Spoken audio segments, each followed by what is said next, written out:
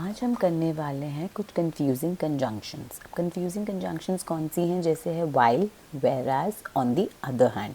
अब ये तीनों सुनने में बिल्कुल इनका मीनिंग सेम है। मैंने इन तीनों को इकट्ठा इसलिए डाला है क्योंकि जब आप पढ़ते हैं तो आपको लगता है वेराज एक नया वर्ड पढ़ना पड़ेगा, वाइल को अलग से समझना पड़ेगा। तो ये इसलिए मैंने उन सारी सिमिलर कंजंक्शंस को इस स्लाइड में इकट्ठा कर दिया है ताकि जब आप यूज़ करें तो आपको पता हो कि ये इसकी जगह पर लग सकता है। अब जैसे है वाइल और वेराज, अब इनका मतलब है इनको अब ये दो सेंटेंसेस को जोड़ा है या दो सिचुएशंस को जोड़ा है, दो स्थितियों को जोड़ा है।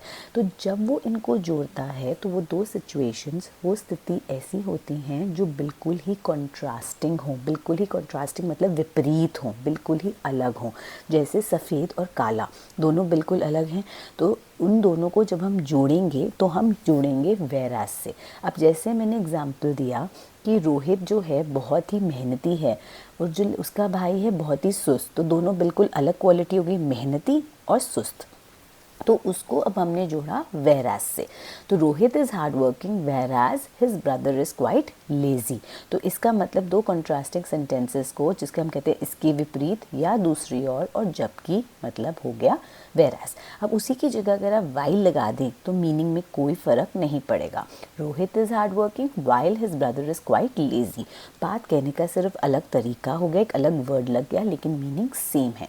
अब ऑन दी अदर हैंड का भी मतलब वही है, लेकिन यूज़ आप जब इसको लिखेंगे तो थोड़ा अलग है।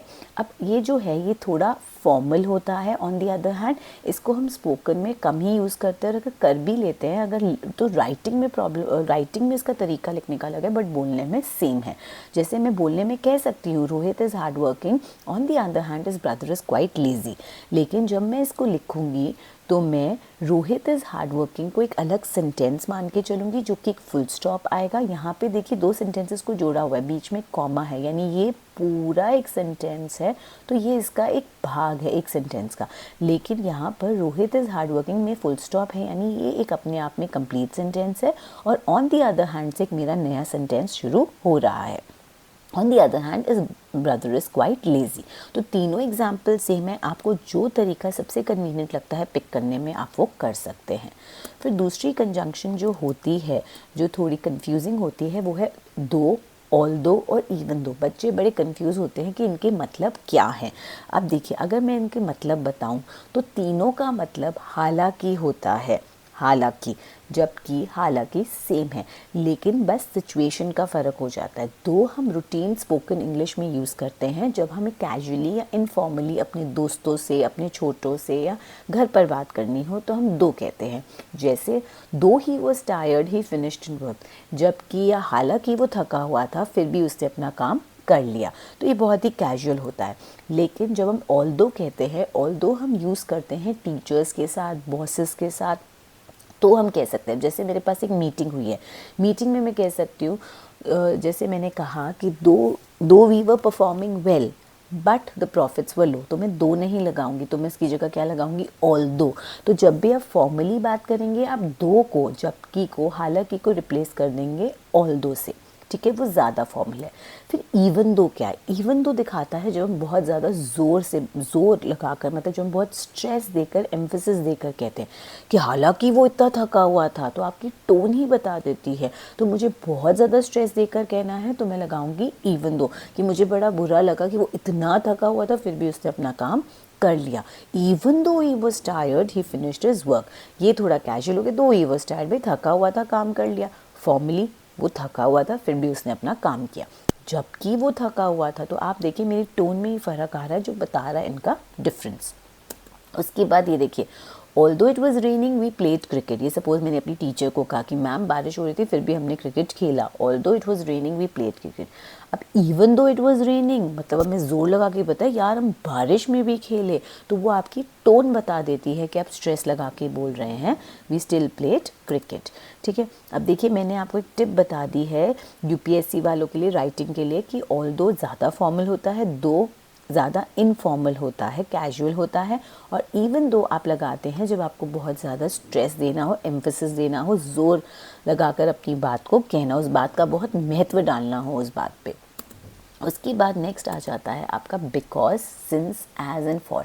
इन चारों का मतलब एक ही है, जो मतलब होता है क्योंकि, इसकी वजह से, ठीक है, बिकॉज बच्चे बहुत कॉमनली यूज़ कर देते हैं। अगर आपको अपनी राइटिंग को और इम्प्रेसिव बनाना है तो बिकॉज की जगह आप सिंस भी लगा सकते हैं और फॉर भी लगा सकते हैं और एज भी लगा सकते हैं। अब देखिए example, he didn't finish his work because he was tired. अब मैंने इसी सेंटेंस को उल्टा कर दिया, उसने अपना काम नहीं किया क्योंकि वो थका हुआ था। अब वो क्योंकि थका हुआ था तो इसकी जगह आप सेम ये बोल सकते हैं, he didn't finish his work since he was tired. Same, he didn't finish his work as he was tired, तो ये बिल्कुल ठीक हो गया।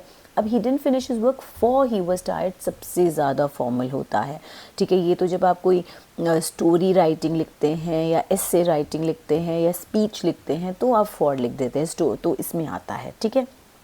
तो बाकी आप इस चीज़ में कंफ्यूज ना होइए, इन सब का मतलब बिकॉज ही होता है। नेक्स्ट होती है nevertheless, nonetheless, in spite of, despite of. इसमें भी बहुत ज़्यादा बच्चे कंफ्यूज होते हैं। इन चारों का मतलब एक ही है, इसके बावजूद। मतलब in spite of being tired मतलब वो थका हुआ था। अब इसमें देखो जब भी ऑफ आ जाएगा आपका एक वर्ब लगेगा बीइंग मतलब होना, ठीक है। थका, टायर्ड हो गया थका और बीइंग हो गया होना, और ऑफ के बाद आ जाता है आईएनजी। तो in spite of being tired मतलब थका होने के बावजूद भी उसने अपना काम किया, ठीक है। अब ऐसे ही डिस्पाइट ऑफ भी लगा सकते हो, सॉरी डिस्पाइट लगा सकते हो। डिस्पाइट बीइंग टायर्ड ही फिनिश्ड हिज वर्क, तो मैं इन स्पाइट ऑफ बोलूँ या डिस्पाइट ऑफ बोलूँ, उसने अपना काम कर लिया। इसको हमने अपने सेंटेंस के शुरू में डाल दिया कि थका होने के बावजूद उसने अपना काम कर लिया। नेवरदलेस, नॉनदलेस आता है, सेम मीनिंग है, लेकिन वो सेंटेंस के बीच में आता है, यानी दो सेंटेंसेस को जोड़ता है। ये प्रॉपर एक कंजंक्शन का काम कर रहा है। He was tired, nevertheless he finished work, वो थका हुआ था फिर भी उसने अपना काम कर लिया, ठीक है।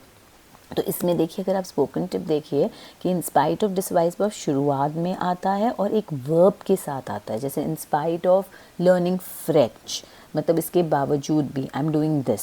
तो इन स्पाइट ऑफ हमेशा एक वर्ब के साथ फॉलो होता है जो आईएनजी रूप में आता है, और नेवरदलेस बीच में आता है, वो दो सेंटेंसेस को पूरी तरह से कनेक्ट करता है, ठीक है। अगर आपको ये वीडियो पसंद आई हो तो please like, subscribe and share करिए। अगर और कोई ग्रामर टॉपिक है जो आप सीखना चाहते हैं प्लीज़ कमेंट बॉक्स में लिखिए, और प्लीज़ इस चैनल को सब्सक्राइब ज़रूर करिए। Thank you.